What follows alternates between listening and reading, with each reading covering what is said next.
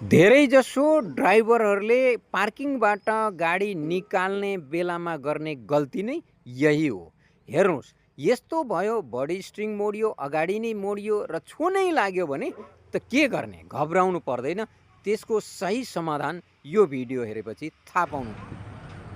अहिले यो गाडी निकाल्ने क्रममा ठ्याक्कै यो छुयो। अब यो भित्तो र यो छुएको मात्रै छ, स्क्रैच चाहिँ लागेको छैन, जस्ट टच मात्रै भएको छ। यहाँ देख्न सक्नुहुन्छ यो। अब यस अवस्थामा हामी गाडी सेफ गर्नको लागि के गर्ने?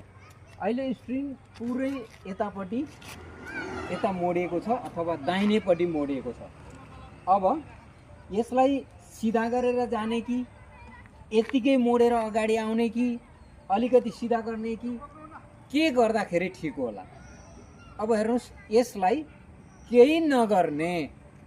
यस्तो भयो भने तपाईलाई डाउट लाग्यो भने त तपाईँ यति कन्फिडेन्स हुनु, जस्तो आउनु भएको छ त्यस्तै पछाडि जाने। स्ट्रिङलाई जति मोडेको छ त्यति नै मोडाइमा जाने, यसरी छुन लागेको कन्डिसनमा है।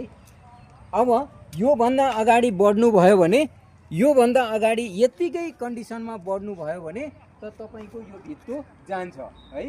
अब तपाईँले सिधा गरेर अगाडि लान खोज्नुभयो भने पनि यसमा के हुन्छ भने यहाँ पछाडिपट्टिबाट छुन्छ। अब के गर्ने?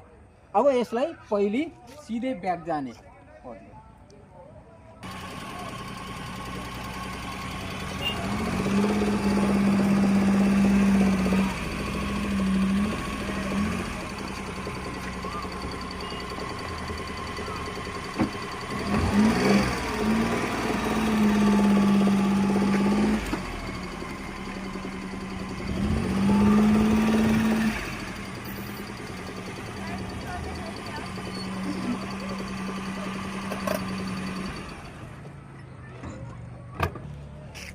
अब हेर्नुहोस्, अहिले गाडी अलिकति थोरै ब्याक गरेपछि ठाउँ स्पेस खाली हुन्छ।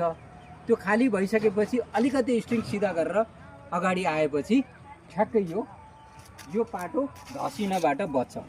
मैले धेरैजनाको देखेको छु, त्यसरी छुन लागेको बेला कोही दायाँ स्ट्रिङ काट्छन्, कोही बायाँ काट्छन्, कोही अगाडि बढाउँछन् है। तर त्यो होइन। जुन कन्डिसनमा आएको छ, स्ट्रिङलाई जता मोडेर आएको छ त्यही कन्डिसनमा रिभर्स अलिकति गएर फेरि अनि सिधा अगाडि बढ्ने, यसरी निकाल्न सकिन्छ। धन्यवाद। भिडियो मन परेमा लाइक गर्नुहोला। ज्ञानवर्धक छ, कसैलाई फाइदाजनक छ, सेयर गर्नुहोला।